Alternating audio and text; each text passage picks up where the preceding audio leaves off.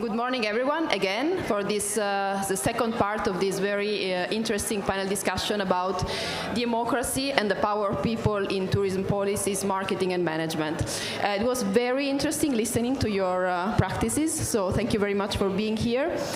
We are very proud in BTO this year to host such important DMOs and cities in Europe that are developing, as you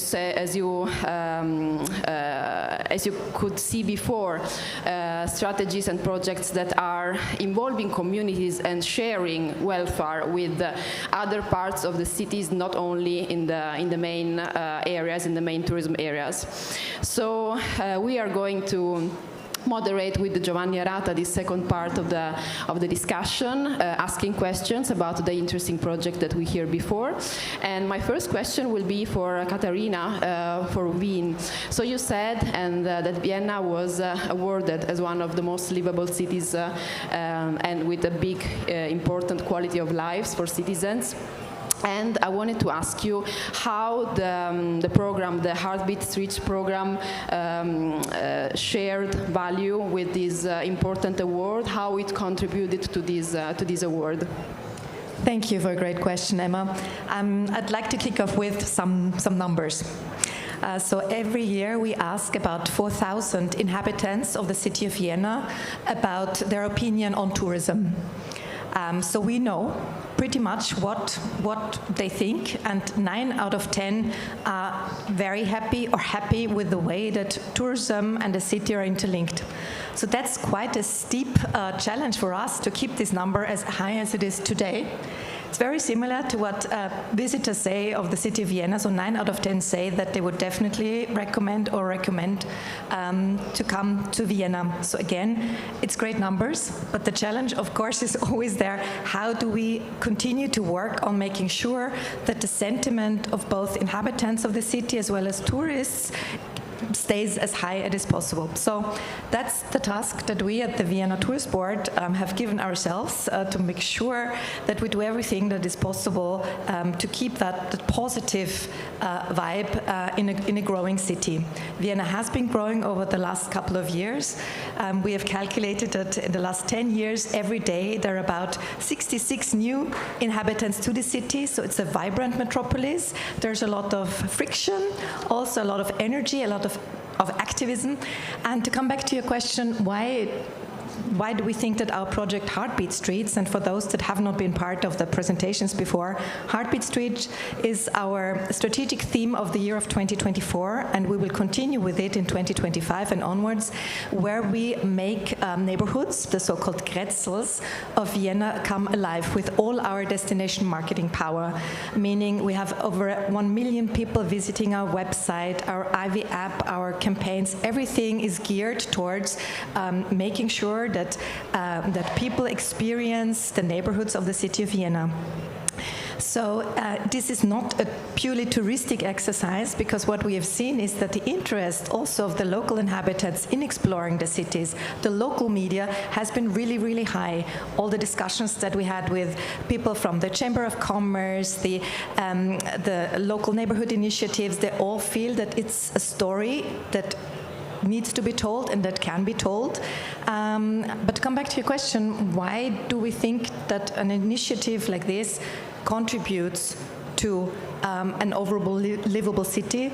It's the communication part, it's the destination marketing part in a way. So we are committed on talking about the city of Vienna and marketing the city of Vienna to ensure that we get the right guests to the city that are willing to explore the city beyond its major landmarks, but also this link of destination marketing and management to speak with the stakeholders of the Vienna visitor economy, to be in a constant exchange, and last but not least, the governance. So our work together with the decision makers in politics has been always a huge part of the way that we operate in the tourist board. So I think everything comes together, and then obviously you make it look great, you make it inviting, and then overall it contributes to a city that is most livable and most not only for people that live here, but people that live here maybe just for 3 days or 5 when they come to visit Vienna. Thank you. Thank you very much. Thank you. So next question is going to be for Rosa Bada. So Rosa, in your presentation we heard a lot about the what and the how of the council. I would like you to now turn to the why. So why is it so important for you, for the city of Barcelona, to engage residents in the development of tourism policies? Thank you for your question, Giovanni. Why? Okay, I think, we are in a very different situation than Vienna. We love to be a global city, we love to be attractive, but we realize, because we have also tradition of asking our citizens about tourism, and when we became to these questions in the citizens, the residents, the answers were. A lot of people thought tourism is good for the city. Very few thought is bad, and some don't have any opinion. 10 years ago, this who has not any opinion disappear. Everyone has an opinion. The opinions are very polarized, and the increasing of people that thinks tourism is not good for the city has been higher and higher. They have Vienna try to maintain this positive vision. We have to change the negative trend, and this is our challenge. Why is important? It's important because the model of tourism has to be completely similar to the model of city. Tourism modeled the city also. I don't know if modelate exists in English. Yeah, I'm sorry. But yeah, I mean, it's about the model of city we want for the future. It's about the model of our residents want to live. And it's about the right to the city itself. And if we want to have livable city with equality, good conditions of life, we need also to assume that tourism has an impact on that construction of the city. And the reality of Barcelona is that we are a great city. Believe me, I'm an activist for Barcelona, and we are very welcome, and we have a lot of Barcelonians by choice, and we have built the city with migration waves, and there are a lot of opportunities for a lot of people, but also we have a social issue. We are facing the consequences of climate change very clearly, where summers are really hot now. We have problems with water, with energy. We have problems with housing. The young people have difficulties to live a real life, a real adult life. Housing, having family, it's difficult for them. And then the debate is neat, and why we try to do it better. Because we need having the people involved on this debate and of the governance. I don't think we can imagine any city in the 21st century that can be managed without the residents involved in any question. And tourism is not a bubble outside the city. And then I think the question could be, why not? I mean, how we, yeah. Thank you. Thanks. And talking about governance and about modeling tourism and modeling destinations, it was very interesting to listen also to what Berlin is doing and from one side, how practices and processes and participatory processes are shaping the kind of tourism that we host in our cities. And from the other side, also thinking about governance, about modeling new types of governance that involve citizens, and listening to Berlin and what Berlin is doing with the advisory council was very interesting to see how the citizen can have a voice, can share ideas, can share inputs with the governance. And I wanted to ask to Susanna how you see the cooperation between the city of Berlin and Visit Berlin involving the local community with the tourism council. So how these different kind of levels are cooperating together with the tourism council, and if the tourism council has also a voice in a matter of inspiring policies and sharing inputs for policies regarding tourism development. That's a very good question, and it's not so easy. So governance is a real issue, I'd say. Berlin has, I don't know if it's the same anywhere else, but we have different Senate administrations, one for economic affairs, one for financial affairs, one for mobility, for city development. Then we have our 12 districts. All the districts have their own district mayor and their own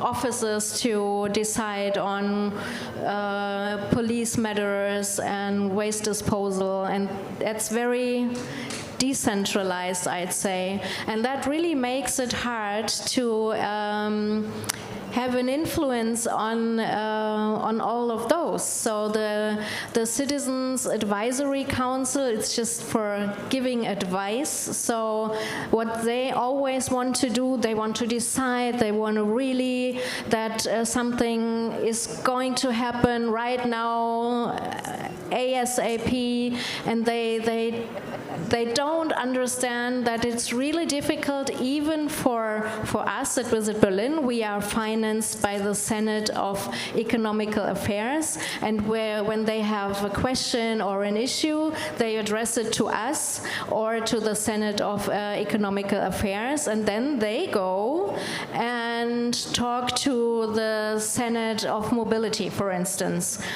whatever topic it concerns. And it takes really a long time to find the proper person responsible for this topic, and this takes ages, and that's very frustrating for not only us but also for the advisory council. And they really had to learn that they just can give advice, can give ideas, and we wanted to have them for developing ideas, for telling us, but then afterwards we or anybody else has to take over and get the financing and really doing projects, and this takes time.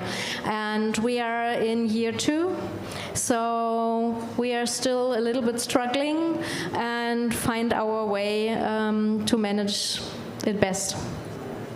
Thank you, and I wanted also to ask if you have a strategy for mitigating frustration, and if you have a communication strategy for citizens, added obviously to the marketing strategy, and how you are developing communications to the Tourism Council to avoid what you are saying, so to understand if they want an immediate reply to their desires, how you are sharing the need to that it takes time, and so if you are developing also a communication strategy and marketing for citizens as well. So we Visit Berlin and also the Senate of Economic Affairs, we are always guests at their meetings, and we do a lot of explaining and telling them that for us it is important what they say, that we are taking them seriously, and we are trying to find a way to solve some problems, but we do clearly point out, and that's very helpful, that we have the business office agency. They are experts in participation formats, and they are explaining what the boundaries are, and it's a lot of talking and sometimes trying to find little projects like the workshop we did with the club owners and politicians that really made them happy. It was a small event, a small workshop, but they noticed, oh, we can do something, and but there is no solution yet for this topic, but they need to have really some issues where they feel that they can get something done. Thank you very much. Let's now turn to Budapest. Csaba, in your presentation we heard about this astonishing format. I was wondering, coming to targets and active participation, where does the main interest come from? Is it visitors or residents who are more interested in the format and in its outcomes? This time it is mostly for the locals. But actually we pretty much have the same issues like you all mentioned, like how to combine the interest of the locals with the interest of the visitors, how to maintain like the healthy balance, referring to the theme of this conference, between the visitors and the locals. And so, as I said, the whole initiative was coming from the idea to find something what supports our dispersal strategy. But we think it, or we look on it as a long-term strategy. So what we did in the second year, I think, yes, the second year or the third, can't remember, is there was another condition on top of the one I already mentioned, that it has to be teamed up with someone, but in this year it also had to be accessible for anyone who doesn't speak English. So it either had to be something related to music, or then you had to do the signage, the proper signage in English to make it accessible for the visitors as well. And actually, next year, what we are planning two things. First of all, we're going to open up the application process for non-Hungarian speakers as well. That's mainly for the expat communities present in Hungary or Budapest. But also, we want to combine and want to have all of these events on one specific weekend, what we're going to call Budapest Weekend. So we want to elevate this thing onto a level which will make it interesting or compelling enough for the visitors as well. Because if we want to achieve the goal to have people visit outer skirts of the city, then it has to be on their mind map, I would say. So, but this is a gradual process. So now it's for the locals, but we really want to turn it into something which is, gives this hidden gem or this kind of thing. Let's think about the photo what we all saw when people are queuing up to get on the top of the Mount Everest. So people are always looking for this very unique thing, which turns out not to be as unique. But this thing, I think, can be touristically relevant as well. But it was more steps for us to get there. But also, just to give a general answer, several years ago, what we did, we used to have a company, the city used to have a company which was running programs and overseeing tourism, and there was another one which was creating events mostly for the locals. But what we did, we merged the two companies, because we don't think that you need to focus on tourism, because that's going to result clashes, and sometimes physical clashes, but clashes in the interest of the two groups. So it has to come from under one roof, and that's the strategy we are following. Thank you. Thank you very much. We still have more than 25 minutes left, so it's going to be open discussion now. So each speaker can ask questions to the other speakers. Who want to go first? I think Budapest focus now in an important question that is, not having like two cities or two kind of events, one for residents, one for tourists. I don't want to have a kind of parallel cities, and I want people that come to visit us because they have something to share with us, with our values, with our activities, with our events, and I think this is a good strategy working for both. I'd like to add on to that because I think this is the way to go. Just a couple of examples on our channels. I mean, on Instagram via Vienna, our website vienna.info, and we have so many locals using our, for example, our event calendar, our social media channels, so all the communication tools that we built. We have between 20 and 50% of users of all our channels are actually from Vienna or from Austria. So we feel that what we can contribute as a tourist board, because we are a tourist board, but we contribute in terms of communicating what the city has to offer. So I think reflecting what you have showed, where you're actually building offers together with locals.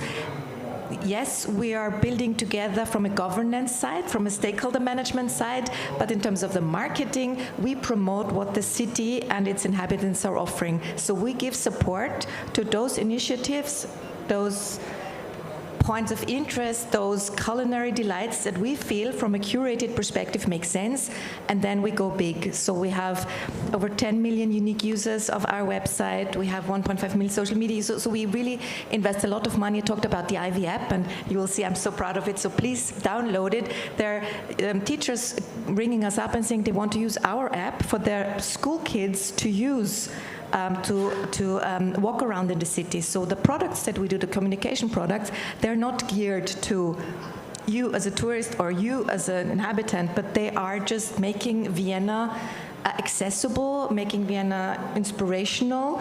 And then, we find, if we communicate in the right way, we find the people that are interested in our content, and luckily we have been very strict about that. Being useful for everyone. I mean, being useful for the industry, being useful for the visitors, and being useful for the residents. It's about our service.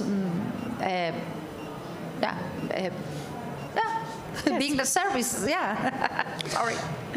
I find it amazing that the whole company you're working for, the whole tourist board, decides on focusing on heartbeat streets or whatever. So we at Visit Berlin, we have many years ago, we launched our Going Local app, which is kind of similar, but it's just an app, and we have part of our website contributed to that.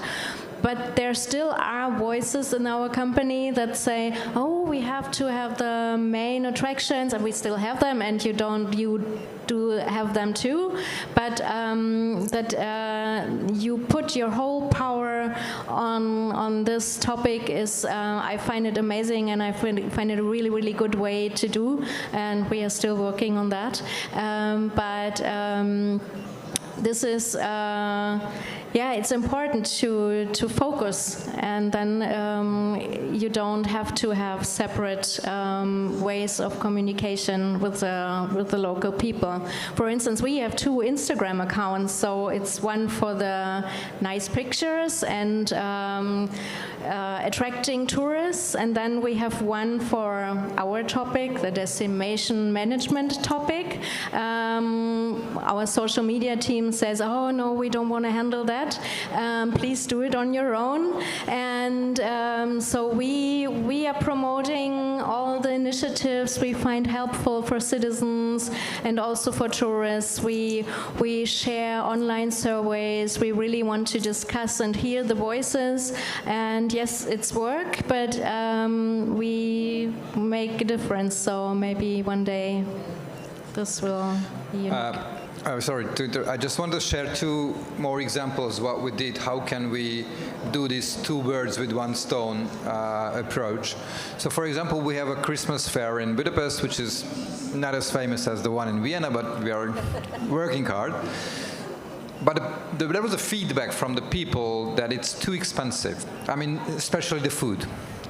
mulled wine and the food is too expensive, because obviously there are these merchants and we have the tourists coming from Western Europe and they are, wealthier and they raise up the prices. So what we did, actually when we made, because my company is also organizing a Christmas fair, not every in the city, but some are organized by us. So we made all the merchants who applied and was given a permission that they need to have a budget food on their menu. Something really affordable, something where they don't make any profit. And this is something we are not promoting in any other languages than Hungarian, which happens to be, anyone can have the food, the budget food, but most likely none of the visitors except you guys go and ask for it. And I think this is a very good example. We can tell the people that we understand, we know that you love the Christmas fair.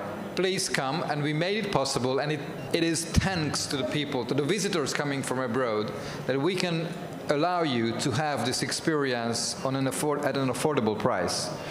So that's why I think it's really important, and it's not only marketing and communications, that it has to come under one roof, because otherwise someone who organizes a fair, they want to make profit. So yep, till a certain level they care about the prices, but they see the end income, and they won't limit it unless you have other priorities you put in placement. And the other example, there is a party district in Budapest, which is unfortunately in the very downtown of the city, which creates a lot of tension. And this is the famous ruined bar scene of the city. And of course, there are a lot of issues, and so I'm not saying we found a solution, but one example that any pub owners who wants to remain open after midnight, they have to open up their toilets for free for anyone. This is again something which is it's extra money for them, because they need obviously to clean the toilet and whatsoever. But people, all the local